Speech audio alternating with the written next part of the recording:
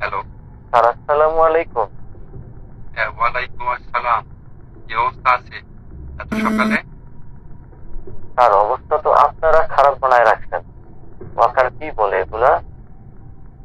মানে বুঝতেছি না তোমার কথা। স্যার যা বলতেছি আমি সবই ক্রিস্টাল ক্লিয়ার কথা। সাউন্ড তো ক্লিয়ার। তোমার কথার কনটেক্সট ক্লিয়ার করা নিয়ে বলছি আমি।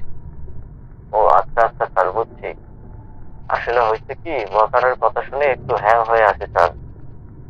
আর্মি আওয়ামী লীগের হয়ে দালালি করতেছে পুরোপুরি। মেজাজ খারাপ হয়ে আছে।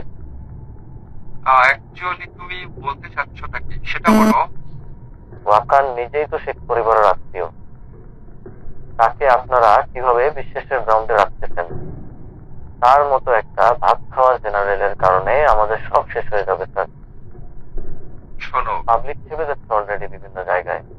এর মাঝে উনি আবার আওয়ামী লীগকে নিয়ে একটা ইনক্লুসিভ নির্বাচনের ইঙ্গিত দিচ্ছেন কেন?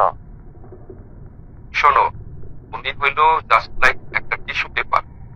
যখন ইউজ করা শেষ হবে ফেলে দেবো। স্যার জলপাইগুলোর জাতি খারাপ।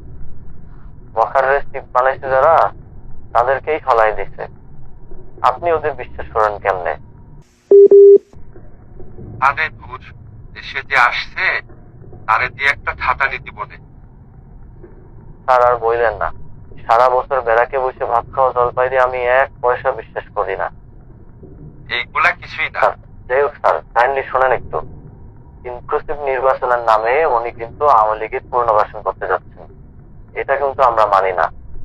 শোনো, এইগুলা কিছুই না। উদয় লাভ হবে কয়েকদিন, তারপর সিস্টেম করে ফেলবো নে। আর রেজিস্ট্রেসি দিয়ে দিছি আবার, দেখছো না? পাবলিকলি ওদেরকে পিটাবে কয়েকদিন পর। এগুলো স্যার ছাগলের 3 নম্বর বাচ্চা। আর আর শাহবাগে কি পুরো বন্ধ করে দিলেন মিছিল মিটিং? বন্ধ করবো না তো কি করবো? তুমিই বলো। এত হাউকেও ভাল লাগে আর?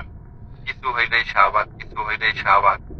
স্যার একদম রুটে আঘাত করতে হবে। রাস্তায় নামলেই মায়ের। আচ্ছা ঠান্ডা হতো।